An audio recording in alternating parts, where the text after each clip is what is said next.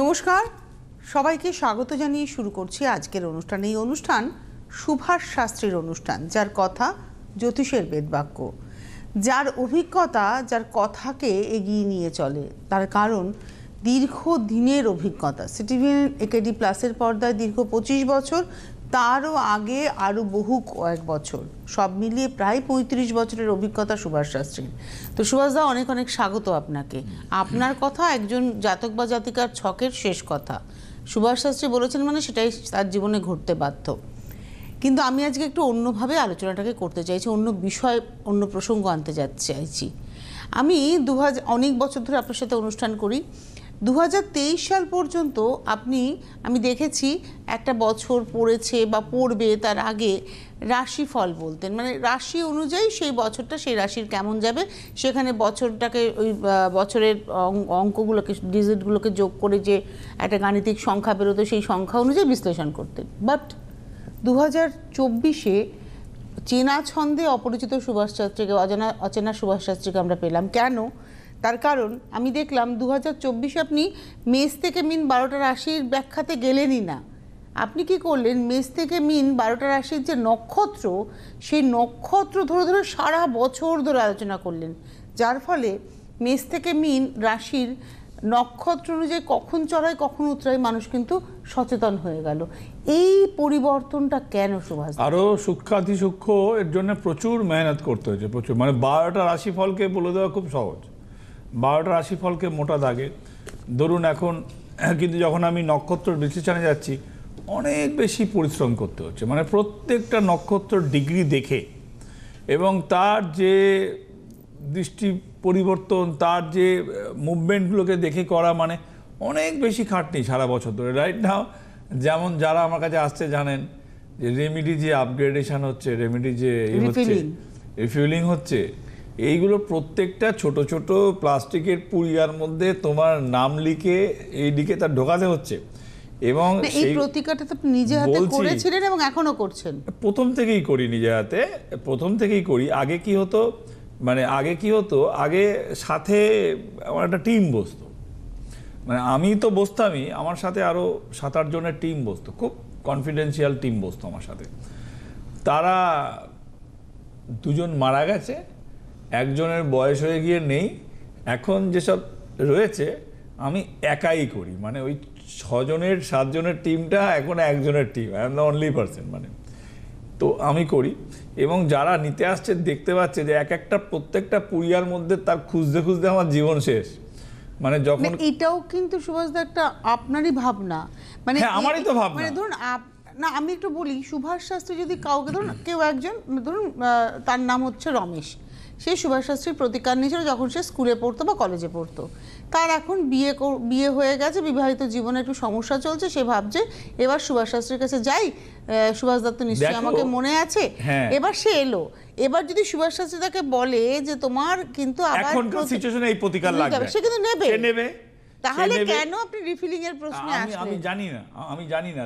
দেখো প্রথম কথা হচ্ছে, এটাও টিভির পর্দায় পরিষ্কার বলছি যে রিফিউলিং করলে খরচাটা 1/4, পরিষ্কার ডিক্লারেশন বলতে পারেন, 1 টাইপ অফ 1/4। যদি একটা পেনের দাম পড়ে আপনার, রেমেডির দাম পড়ে আপনার 10 টাকা, আর সেই 15 বছর আগের সেই পেনটা এখনকার মতন উপযোগী হয়ে লিখতে পারবেন, চালু হয়ে যাবে, এর দাম পড়বে অলমোস্ট 3 টাকা, 2.5 টাকা, 3 টাকা। আমিই বলছি, মানে আমার মাথায় একটা ভাবনা এসেছে, সেটাকে ইমপ্লিকেশন, সেটাকে করেছি, এবং সেটাকে করার জন্য প্রচণ্ড পরিশ্রম, মানে বলার কোনো ভাষা নেই। যারা খুঁজে খুঁজে মরছি, মানে একজন লোক আসছে 150 খানার পুরিয়ার মধ্যে, তার খুঁজে বের করা, আবার সেকেন্ড লোকে যেন আবার 150টা খোঁজা। বাদ দাও সেই প্রসঙ্গ, খাটনি বেশি। আসলে খাটনি ভেবে মাথায় চিন্তা আসেনি, করতে গিয়ে দেখছি খাটনি অনেক বেশি, কিন্তু খাটনি খেটেছি বলেই এতদিন ধরে মানে কাজ করতে পারছি, ফাঁকি দিয়ে কাজ করিনি। দেখুন, কোনো যখন একটা ক্রিয়েটিভ চিন্তা আসে তখন তো এইরকম মানে মাথায় আসে না যে ও বাবা এটা করতে গেলে প্রচুর খাটনি। ক্রিয়েটিভ এসছে, সেটাকে আমি অ্যাপ্লাইড করব, সামনেবেলার থেকে রেজাল্ট পাবো।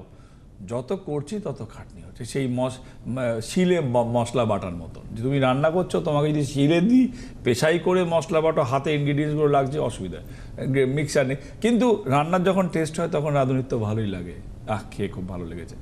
পরিশ্রম আছে, পরিশ্রম ছিল, পরিশ্রম আছে, আমার মতন লোকের তো পরিশ্রম থাকবেই।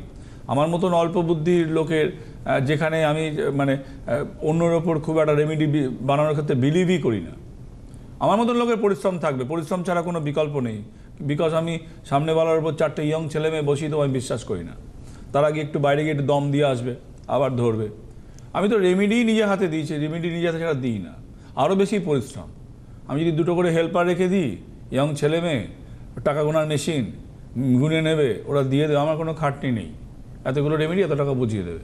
তো আমার মতন লোকের পরিশ্রমই সম্বল, জানেন, পরিশ্রম ছাড়া কোনো বিকল্প নেই। আমার মাও বলেছে, গুরুদেব, আমার মা 84 বছর বয়সে উনি মারা গেছেন, কিন্তু সারা জীবন পরিশ্রম করে গেছে। আর আমি যা চেলা, সে তো প্রায় 100 বছর বেঁচে ছিল, খালি পায়ে হাঁটতো, সারা জীবন পরিশ্রম করে গেছে। তার সন্তান আর তার চেলা হয়ে, আর আমার পরিশ্রম ছাড়া কোনো পথ নেই, বিকল্প কিছু নেই। আমার ক্লায়েন্টের জন্য আমাকে খাটতে হয়, আমাকে মরে বেঁচে দম আটকে যে করেও খাটতে হয়। তার সামনেবেলার ফল আসে, সেই ফলে আমি খুশি হই। দেখুন, টাকা তো ঘুমিয়েও পাওয়া যায়। আমার জ্যোতিষ লাইনে টাকা উঠছে, শুধু লেকচার দাও, টাকা কামাও, কিন্তু অস্তিত্ব অনেক কম। অনেক টাকা নিয়ে অল্প সময় চলে যাওয়া যাবে, কিন্তু অল্প টাকা নিয়ে অনেক সময় থাকা যাবে না। আর আমি আমার মতো লোক এই দ্বিতীয় পথের পদ্ধতি, কারণ পরিশ্রম ছাড়া কোনো পথ নেই। প্রতিকারের জন্য খাটতে হবে, তাকে ভাবতে হবে। হ্যাঁ, বল। আপনি তো বলেছেন শর্টকাটে সাফল্য আসে না, সাকসেস কখনোই শর্টকাটে পাওয়া যায় না। ওরকম ভাবে দেখে না এখন দেখার লোকের নজর পাল্টে গেছে, মানুষের নজর কিন্তু পাল্টে গেছে, ক্যারেক্টার পাল্টে দেখতে হবে গেছে। যে অথেন্টিকেশন।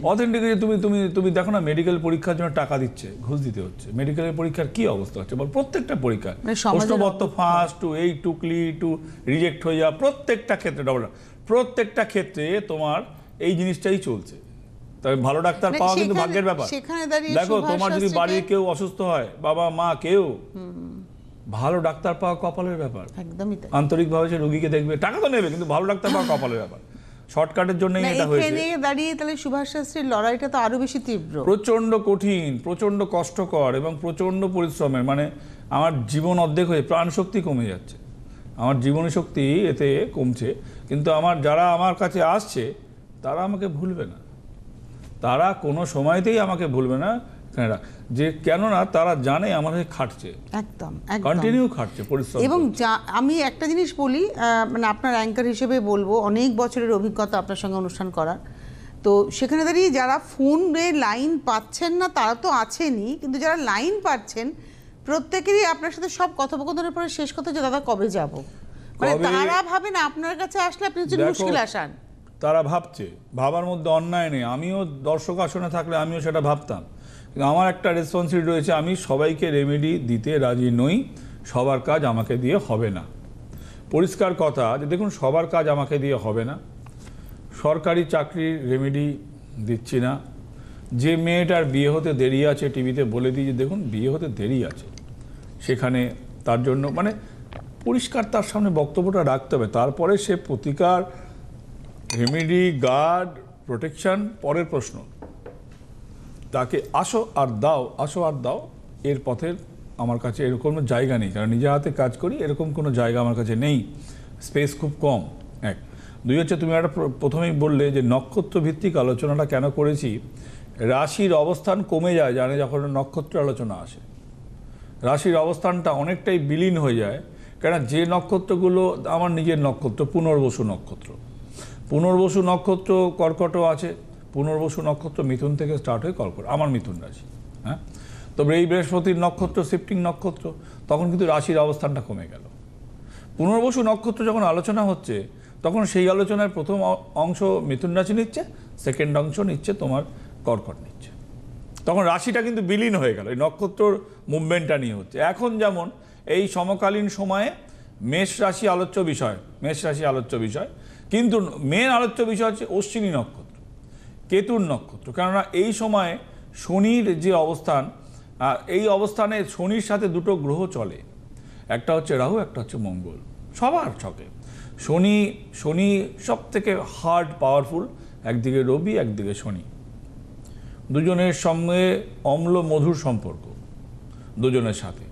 লোকে বলে শনির দশা চললে নীল রঙকে অ্যাভয়েড করবেন না, নীল রঙকে পরা উচিত, হালকা নীল রঙকে পরা উচিত। শনি এবং জমের রঙটা হচ্ছে কালচে নীল, এই ব্লুর মধ্যেও শেড হয়, রেডের মধ্যেও শেড হয়, প্রত্যেকটা কালারে দুটো তিনটে শেড হয়। ব্লু রংটাকে এখানে প্রাধান্য দেওয়া উচিত, ডিপ ব্লু নয়, মানে ব্ল্যাকিশ ব্লু নয়, মানে ব্লুর মধ্যে অনেকগুলো রং হয়, তো ব্লু রংকে প্রায়োরিটি দেওয়া উচিত। সেটা আপনি রুমাল হতে পারে, আপনার ড্রেস হতে পারে, আপনার আন্ডার গার্মেন্টস হতে পারে, হোয়াট এভার, সেটা আপনি দিতে পারেন। এক, দুই হচ্ছে যে এই সময় যে এই একদম প্রায় বছরের আমরা শেষ দিকে চলে এসেছি, এই শেষ টু বছর শুরুর মধ্যে প্রত্যেকটা ক্ষেত্রে দ্রুত চেঞ্জ হবে অবস্থা। আপনারা দেখুন, তার মধ্যে সব থেকে বেশি হচ্ছে ফিনান্সিয়াল, শেয়ার বাজারে প্রত্যেক দিন এই মানে ধপধপানি হচ্ছে লোকের। এই কোনো দিনের টাকা ডুবে যাচ্ছে, কোনো দিন যারা ইন্টারডে করে, আপনারা যারা ইন্টারডে করেন, অনেক লোকের আছে প্রবণতা রয়েছে সাইড ব্যবসা করি, কী করি একটা 1000-2000 টাকা, অনেক ঘরের মেয়েরাও এখন ইন্টারডে করে 200-500 টাকা কামায়, ভালো পরিশ্রম করে কামাচ্ছে, বুদ্ধি দিয়ে কামাচ্ছে, সে তার শ্রম দিয়ে কামাচ্ছে, কিন্তু ইন্টারডে করলেও টাকা ডুবে যেতে পারে। কার কার টাকা ডুবতে পারে? যদি আপনার রাশি মেষ রাশি, কুম্ভ রাশি, মীন রাশি হয়, এই রকম জায়গায় মুভমেন্ট আছে। এর সাথে সিংহ রাশির কিছুটা অবস্থান রয়েছে, কারণ পঞ্চম দৃষ্টিটা ওখানে আসছে। দৃষ্টির কথা বলতে গেলে আলোচনা অনেক বেড়ে যাবে, আপনাদের জন্য কমপ্লিকেটেড হয়ে যাবে, আপনারা বুঝতে পারবেন। কিন্তু যদি আমি সহজভাবে রাশিতে বলি, মোটা দাগে বলি, আপনারা দুমদাম বুঝতে পারবেন, মানে একদম বিলকুল বুঝে যাবেন। জ্যোতিষ হওয়ার কোনো প্রয়োজন নেই, কোনো কমপ্লিকেশনের জায়গা নেই। দেখুন, মূলা নক্ষত্র, কেতুর নক্ষত্র ধনু থেকে শনি 7.5 চলে গিয়েছে, মকরে কিছুটা আছে। মকরে সামনের বছরে ওই এপ্রিল টু আপনি একটু বেশি ধরুন, কেন কি দেখুন, শনি একটা এমন গ্রহ 16 বছরের নিচের কোনো বালকের ওপর দৃষ্টি দেয় না, বালক বালিকার ওপরে। ওর একটা কাহিনী আছে, কেন কি ওই বলে কথিত আছে, সূর্যের যাকে বিয়ে করেছিল সে সূর্য তেজকে সহ্য করতে পারেনি, বলে একটা শ্যাডো ছেড়েছিল। সেই শ্যাডোর কারণে শনির জন্ম হয়। শনিকে দেখে তার পিতা অলমোস্ট অস্বীকার করে যে এটা তো আমার সন্তানই হতে পারে না, এত কুচ্ছিত দেখতে, কালো এরকম দেখতে। শনি আর যম 2 ভাই, আপনারা জানেন। পরবর্তীকালে শনির দৃষ্টির দিকে তাকানোর পরে ও কিন্তু ঘাবড়ে যায় পিতা, এর মধ্যে অসীম তেজ লুকিয়ে রয়েছে, পুত্র হিসেবে স্বীকার করে, স্বীকৃতি দেয়, মানে ওই বাঁ হাতে মনসার পুজোর মতন, চাঁদ সদাগরের মতন। এবং শনি ন্যায়ের প্রতীক, অন্যায়ের সাজা দেওয়া ন্যায়ের প্রতীক। ন্যায়ের প্রতীক মানে বুঝতেই পাচ্ছেন, একটি যদি শরীর হয় মানুষের, তার 3টে পার্ট করে নিন। একটা হচ্ছে মাথা, একটা হচ্ছে এই গলা থেকে কোমর পর্যন্ত পার্ট, আর কোমর থেকে পা পর্যন্ত। দেখুন আপনার শরীরে, আমার শরীরে 3টে টোটাল ধাপ আছে। একটা হচ্ছে গলা থেকে কোমর পর্যন্ত, এটা একটা, পা একটা, মাথা একটা, 7.5 হচ্ছে এই 3টে পার্ট। প্রথম পার্টটা কিন্তু মাথা, দৃষ্টি। সেকেন্ড পার্টটা হচ্ছে শনি থাকলে কী হয়, হার্ট, রবি থাকলে হার্ট ব্লক হয়, এই লাঙে জল জমে, ফুসফুসে ইনফেকশন হয়, হার্টে একটা ব্লকেজ দেখা যায়, শ্বাসকষ্টে ভোগে।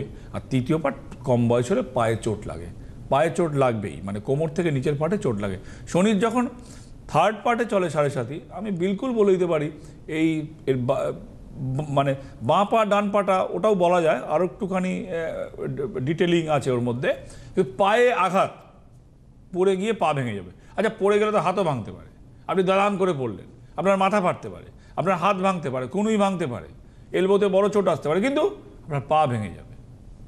আগে তো মাথায় সব থেকে নরম জায়গা ঢেস করে মাথাটা ফেটে যেতে পারে, কিন্তু শনির এই যে 3টে পার্টে, যদি প্রথম পার্টে হয় পড়ে গেলে মাথায় চোট, দ্বিতীয় পার্টে হলে গলা থেকে কোমরে চোট, পড়ে গেলে কিন্তু কোমরে লেগেছে, ব্যাস, কোমরে লাগা মানে বুঝতেই পারছেন, কোমরের জেলি শুকিয়ে যাওয়া যাদের গেছে তারা যে যারা কী দুর্ভোগ সে ভাষায় বলে। আর তৃতীয় পার্ট হলে আপনি পা দিয়েই পড়লেন, মাথা কোমর বেঁচে গেল, আপনার পাটা মচকে গেল, মানে গোড়ালিটা ভেঙে গেল। তো শনি হচ্ছে ন্যায়ের প্রতীক, শনি হচ্ছে আপনাকে জীবিত অবস্থায় সাজা দেওয়ার প্রতীক, ন্যায়ের প্রতীক। শনির সাথে যে গ্রহগুলো চলে, একটা হচ্ছে রাহু। এই রাহু হচ্ছে নীল রঙের গ্রহ, রাহু হচ্ছে নীল রঙের গ্রহ। নীল রং কার? সমুদ্রের। নীল রং কার? ওশানিক কালার বলা হয়, ব্লু, ওশানিক রং বলা হয় নীল রঙকে। ওই আমি বলছিলাম না যে এই রাহু হচ্ছে কে ফলো করতেই হবে। কেন ফলো করতে হবে? রাহুর অবস্থান কুইক চেঞ্জ হয়। শেয়ার বাজার বলুন, আপনার ব্যবসা বলুন, আপনার শরীরের গতি বলুন, 3টে জায়গা। শেয়ার বাজারকে আমি একটা এক্সাম্পল হিসেবে রাখলাম আপনাদের সামনে, কিন্তু ফিনান্সিয়াল মানে শেয়ার না করলে আপনি তো শেয়ারের সাথে কোনো কানেকশান নেই। আপনার ব্যবসা, ধরুন আপনি একটা বুটিকের কাজ করেন, প্রচুর মেয়েরা এখন বুটিকের কাজ করে, কিছু কিছু মেয়েরা টিভিতে বসে আর বাকি সব ওই ফেসবুকে মোবাইলে করছেন। ভালো চলছিল, আগের মাস অবধি ট্রানজ্যাকশান ভালো হয়েছিল, মোটামুটি ঘরে বসেই এখন তো মেয়েরা ওই 2-4 জন আসে, ওরা দেখায় ঘরেই একটা সাইডে দেওয়ালে খাটে বসে কাপড় টাপড় দেখায়, বিক্রি করে, ব্যবসা করে, ভালো, খারাপ নয়, তার প্রচণ্ড খাটে। এবং সে একটাই ঘর, ভদ্রেশ্বরে একটা মেয়ে থাকে, একটাই ঘর, সে আমি বলছি তুমি একটা ব্লু রঙের একটা ব্যাকগ্রাউন্ড, একটা কাপড়ের শেড লাগিয়ে দাও পেছনে, একটু লাইটটা তোমার ভালো লাগছে না, একটু লোয়ার খাট থেকে হাঁটিয়ে দাও, নিচে বসো। একটাই ঘর, বললো স্যার একটাই ঘর, আমরা ওই ঘরে বসেই লাইভ করি। আর তখন একটা টিম লেগে যায় পেছনে, সবাই আমার নামে গালমন্দ করা শুরু করে আমার ব্যবসাটা ডাউন করে দিয়ে। চিন্তা করুন, ও যখনই লাইভে আসে ওর পেছনে 4-5টা বদমাইশ লেগে পড়ে, ওরা একটা টিম করে, ওরাও ব্যবসা করে, ওরা লেগে পড়ে ওকে কী সব করে আমি বলতে পারবো না, আমি ওটা জানিও না। তো যাই হোক, তো আপনার যদি শেয়ার বাজারের সাথে যোগাযোগ না থাকে, আপনার ব্যবসাটা পড়ে যাচ্ছে। এই সময়ের কথা বলছি, ধরুন এই পেছন দিকের নভেম্বর টু, এখন তো ডিসেম্বর মাস অলমোস্ট চলছে, তো এই নভেম্বর টু জানুয়ারি ফেব্রুয়ারি পর্যন্ত খুব খারাপ অবস্থা যাবে। কিন্তু বছরের শুরুর দিক, এখন কিন্তু ফেস্টিভ মুড, ভালো যাওয়ার কথা। কেন কি সারা পৃথিবী এই মানে আপনার নভেম্বরের এন্ড টু জানুয়ারি পর্যন্ত এটা ফেস্টিভ মুড, ফ্লাইটের দাম বেশি, হোটেলের দাম বেশি, ঘুরতে যাওয়ার বুকিং বেশি, প্রত্যেকদিন খাওয়ার আইটেম রেস্টুরেন্টে ভিড় বেশি, হ্যাঁ, নিউ ইয়ার ফেস্টিভের মধ্যে পড়ে, ব্যবসার সমস্ত ফ্যাশন জিনিসগুলো বেশি বিক্রি হয়, হ্যাঁ, ব্যবসার গতি কিন্তু নিচের দিকে ডিউ টু রাহুর গ্রাসের জন্যে। রাহু হচ্ছে নীল রঙের গ্রহ, সমুদ্র মন্থন থেকে এটা হচ্ছে একটা দৈত্য, রাহু একটা মানে একটা দৈত্য যে অমৃত পান করে নিয়েছিল একই শরীরে, এবং অমৃত পান করেছিল ভগবানের রূপ, মানে মিথ্যে রূপ ধরে। ইন্দ্রদেব যখন পান করাচ্ছিলেন, একটা নারীর সুন্দরী নারীর মুখ ধরে হয়ে যখন পান করাচ্ছিলেন, ওর মধ্যে রাহু কিন্তু ছলনায় লুকিয়েছিল এবং অমৃতটা পান করে নেয়। পান করার পরে যখন আইডেন্টিফাইড হয় যে এ তো দৈত্য, এ তো অমৃত পান করলো, তৎক্ষণাৎ কথিত আছে ইন্ডিয়ান মাইথোলজির মধ্যে যে ইন্দ্রদেব তার চক্র দিয়ে মুন্ডু কেটে দেয়। কিন্তু অমৃত যখন পান করে নিয়েইছে, ওর মৃত্যু নাই, ও আমৃত্যুকে বরণ করেছে। তো একটা পার্ট হয়ে গেল মুন্ডুটা রাহু হিসাবে, আর ধরটা হয়ে গেল কেতু হিসেবে। মুন্ডুটার গ্রাসটাই হচ্ছে ইনস্ট্যান্ট ফল দেয়, ইনস্ট্যান্ট মুভমেন্ট করায়। শনির পরে যে গ্রহ সব থেকে হার্ড, সে হচ্ছে রাহু। কেতু কি করে? কেতু আইনি ঝামেলা, কমপ্লিকেসি, নানা রকমের। আপনার একটা রিলেশনে, ধরুন রিলেশনে স্বামী স্ত্রীর মধ্যে রিলেশনটা হঠাৎ করে বিগড়ে গেল কোনো একটা তৃতীয় ব্যক্তি কি এটা মহিলার জন্য। সন্দেহ হচ্ছে রাহুর জন্য হয়, কিন্তু বলে দিচ্ছি, সন্দেহ একটা এমন জিনিস যদি আপনার মনে ঢোকে, একটা চিরস্থায়ী জায়গা বানাবার চেষ্টা করে, জংয়ের মতন। এটা একটা জংয়ের মতন, লোহায় জং লাগার মতন। এর কিন্তু মানে অলমোস্ট বিনাশ করা খুব মুশকিল। শুক্র যখন আপনার ভালো হবে না, কনফিডেন্স যখন বিল্ড হবে, ওই সন্দেহ রাহুর অবস্থান চলে যাবে। শুক্র দৈত্য গুরু, আর রাহু হচ্ছে দৈত্য। রাহুও কিন্তু দৈত্য, কিন্তু রাহু দেব হিসেবে কোথাও রাহুর একটা পুজো পায়। রাহু কিন্তু একটা পুজো পায় ডিউ টু অমৃত পান করেছিল। ও ইন্দ্র ওকে বলেছিল যে এর গ্রাস কিন্তু বেশিক্ষণ গাছ লাগাতে পারে না। ধরে নিন, আমি বলে দিচ্ছি, এই আলোচনার মধ্যে করতে করতে মনে পড়লো, আপনার রিলেশনেরটা খারাপ চলছে, স্বামী স্ত্রীর মধ্যে সবই ঠিক আছে, খারাপ চলছে, তাহলে আপনাকে কি করতে হবে? শুক্রটাকে একটু বলবান করতে হবে। শুক্র হচ্ছে দৈত্যগুরু, শুক্র হচ্ছে তমরাসের কারক, শুক্র হচ্ছে প্রেমের ভগবান মানা হয়। মানে এ যদি অন্য দিক থেকে বলি আমি, তাহলে এটা ইজ এ ফ্যান্সি গড। তো লাক্সারিয়াস জিনিসের মধ্যে শুক্র সাজায় নিজেকে, শুক্র নিজেকে প্রেজেন্টেশন করায়। শুক্র কারুর মিয়মান হয়ে পড়ে, তখন সে অনেক অবসাদে ভোগে। আপনারা দেখবেন, যারা সুন্দরী মেয়ে কিছুদিন পর থেকে তারা কিন্তু ডিপ্রেশনে চলে যায়। আমার কাছে বহু এরকম আসছে, সে কিন্তু তাকে মনে হচ্ছে দেখতে খারাপ হয়ে যাচ্ছে। ভেরি মানে ডিফিকাল্ট। তার মানে কি? রাহুর প্রভাব বাড়ছে। রাহুর প্রভাব বাড়লে শুক্রের প্রভাব কমে, মনে রাখবেন। আর শুক্রের প্রভাব যখন বাড়ে, তখন দুটোই দৈত্য, তখন কিন্তু এই দৈত্যটা চেপে যায়। তো জ্যোতিষে বলা হয় যে যদি আপনি শুক্রকে বলবান রাখার ইনগ্রেডিয়েন্টসগুলো করেন, তাহলে রাহুর গ্রাস কম থাকবে। রাহুর গ্রাস কম থাকলে আপনার মধ্যে চন্মনে ভাব বেশি থাকবে, কারণ তমরাসের কিছুটা বেনিফিট পাবেন, এবং এই কিছুটাও কিন্তু অনেকটা। এই কিছুটা খারাপ নয়। এই বছরে আমি 2-3টে পয়েন্ট বললাম। রিলেশন খারাপ হলে মনে রাখবেন রাহুর গ্রাস বসাচ্ছে। ব্যবসা করেন খারাপ, আচ্ছা ধরুন আপনি চাকরি করেন, বা আপনি বলছেন সুভাষ শাস্ত্রী এই অনুষ্ঠান শুনছেন, আমি তো ব্যবসাও করি না, আমি তো শেয়ার ফেয়ারও করি না, আমি তো চাকরি করালো, তাহলে আপনার অর্থ নাশ হচ্ছে রাহুর গ্রাসে, রোগে শোকে যাচ্ছে। যে অর্থটা খরচ করছেন, খরচ করার পর না স্যাটিসফাই, দু রকমের অর্থ খরচ হয়। একটা হচ্ছে অর্থ খরচ করে আপনি স্যাটিসফাইড হবেন, খুব ভালো জিনিস কিনেছি, জিনিসটা দারুণ লেগেছে, আর কেনার পরেই মনে হবে এটা না কিনলেই হতো।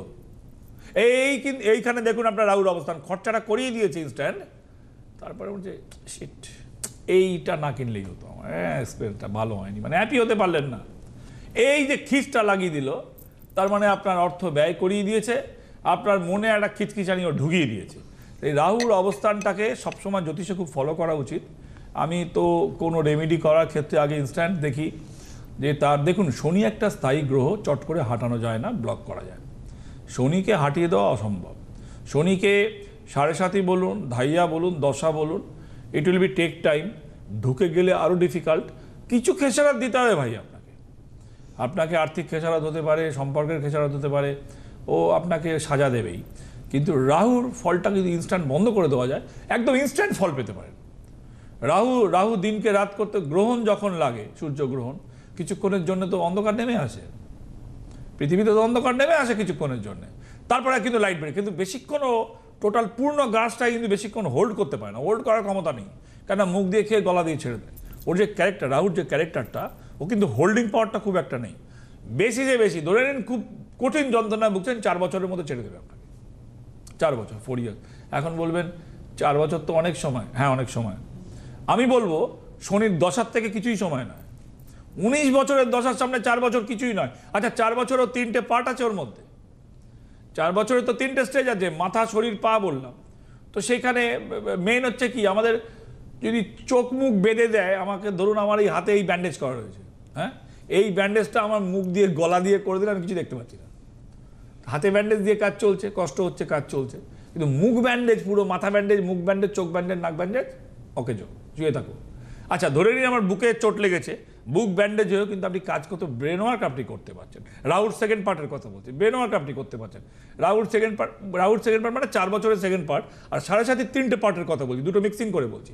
বুকে ব্যান্ডেজ হলেও আপনি বসে কাজ করতে পারবেন, রেস্ট নিয়ে কাজ করতে পারবেন, ব্রেন করবে, এবং আপনি এখন তো ঘরে বসে ওই যে কি বলে হোম ওয়ার্ক ফ্রম হোম, হ্যাঁ ওয়ার্ক ফ্রম হোম, তো সেটা করতে পারবেন। পা ভেঙে গেলেও কিছু কাজ আপনি করতে পারবেন, যদি বসার কাজ হয়, মুভমেন্টটা আটকে দিল, কিন্তু আপনার মুন্ডু যদি বেঁধে ভেঙে যদি করে দেওয়া হয়, মুন্ডু গ্রাস, আপনি কিছু, তার শনির 7.5 3টে পার্ট, একটা হচ্ছে মুন্ডু, একটা হচ্ছে বডি, একটা হচ্ছে পা। রাহুর যে 4 বছর, ওখানেও 3টে পার্ট, ওই পার্টের হিসাবটা একটু ডিফিকাল্ট আছে। 2 ওই 2 তো 2-এর মধ্যে থেকে না প্রায় 1.5 বছর একটা পার্ট তৈরি হয়, ওই পার্টটা সব থেকে ডিফিকাল্ট, এবং ওই পার্টের মুভমেন্ট ভেরি ফাস্ট। রাহুর সংখ্যা 2 2 4 হচ্ছে রাহুর সংখ্যা। যদি আপনাকে ধরে, সব থেকে ক্রিটিক্যাল টাইম 4 ইয়ার্স আপনাকে জ্বালাতে পারে, ম্যাক্স টু ম্যাক্স। আচ্ছা তার অতটাও জ্বালাতে পারবে না লম্বা টাইম, কেন ওই 2-2-এর মধ্যে থেকে একটা 1.5 বছরের একটা মিডিল পার্ট তৈরি হয়, ওই পার্টটাই ডিফিকাল্ট পার্ট। ওইখানেই আপনাকে লস করিয়ে দেবে, ওইখানে আপনাকে লাস করাবে, ওইখানে আপনাকে মেরেও দিতে পারে, আপনার জানও নিতে পারে। তো রাহু শনির অবস্থান কেন বললাম, যে সব থেকে শনির পরে যে গ্রহটা গুরুত্বপূর্ণ সেটা হচ্ছে রাহু। আর দেখুন শতভিষা নক্ষত্র যাদের, সহস্রতম গুণের অধিকারী হয়ে এই সময় কোনো কাজ তাদের হচ্ছে না, শতভিষা নক্ষত্র এবং ধনিষ্ঠা মঙ্গলের নক্ষত্র। মঙ্গলের আলোচনাটা আরেকটা অনুষ্ঠানে, নন লাইভ অনুষ্ঠানে করে দেবো আমি। হ্যাঁ, মানে এই অনুষ্ঠানগুলোর একটা অ্যাডভান্টেজ হচ্ছে ফোন আসে না, এবং এই অনুষ্ঠানে আপনাকে আমরা অনেকটা খোলাখুলি আলোচনার মধ্যে পাই, যেখানে সুভাষ শাস্ত্রী বিশদে কথাটা বলেন। কিন্তু আজকে হাতে সময় নেই সুভাষদা, বিদায় নিতে হবে।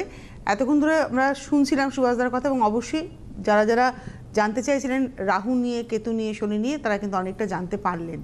সুভাষ শাস্ত্রী মানেই তার কথা জ্যোতিষের বেদবাক্য, মায়ের আশীর্বাদ, গুরুদেবের নির্দেশে তারা এই পথে হাঁটা, এবং আজকে আপনাদের সকলের প্রিয় মানুষ হয়ে ওঠা। অনেক ধন্যবাদ সুভাষদাকে, ধন্যবাদ আপনাদের, নমস্কার।